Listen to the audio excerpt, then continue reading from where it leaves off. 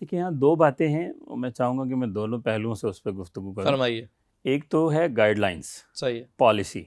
Policy सबके लिए एक जैसी है। सही है। शरिया गवर्नेंस फ्रेमवर्क एक पॉलिसी है, ठीक है। एक पूल मैनेजमेंट की पॉलिसी है, और भी जो भी पॉलिसीज़ हैं वो तकरीबन सारी इंडस्ट्रीज़ के लिए, सारी इंडस्ट्री के लिए एक जैसी है।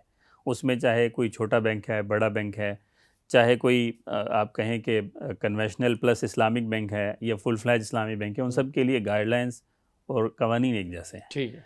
अब बात ये आ जाती है कि अमल के एतबार से यानी कहाँ ज़्यादा आसान होता है।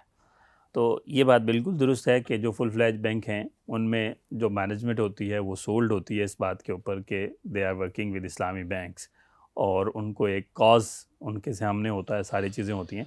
और जो ऐसे बैंक्स होते हैं कि जो कन्वेंशनल भी कर रहे होते हैं, इस्लामिक भी कर रहे होते हैं, मैं ये तो नहीं कहूँगा कि उनके उनके यहाँ कॉज नहीं होता या उनके यहाँ चीज़ें नहीं होती, बिल्कुल होती हैं, लेकिन पैरेलल उनके प्रोडक्ट्स दूसरी कन्वेंशनल भी चल रही होती हैं, जिससे समहाउ एक माइंड में ज़रूर रहता है, कोई सॉफ्ट कॉर्नर कन्वेंशनल बैंकिंग का रहता है। उसकी वजह से सम टाइम कुछ चीज़ें ऐसी आती हैं जो फुल फ्लैज जो इस्लामी बैंक्स होते हैं उनमें नहीं आती। तो हम कह सकते हैं कि कदरे थोड़ा मुश्किल होता है उन बैंक्स के अंदर शरिया कंप्लायंस को इंश्योर करना जो कि इस्लामिक प्लस कन्वेंशनल में काम कर रहे होते हैं। बट ठीक। यस, जो गाइडलाइंस हैं, जो कवानीन हैं, वो ऐसे हैं कि वो आपको लेवरेज नहीं देते, आपको लचक नहीं देते कि आप जो है कहीं पे कंप्लायंस करें, कहीं पे नहीं करें।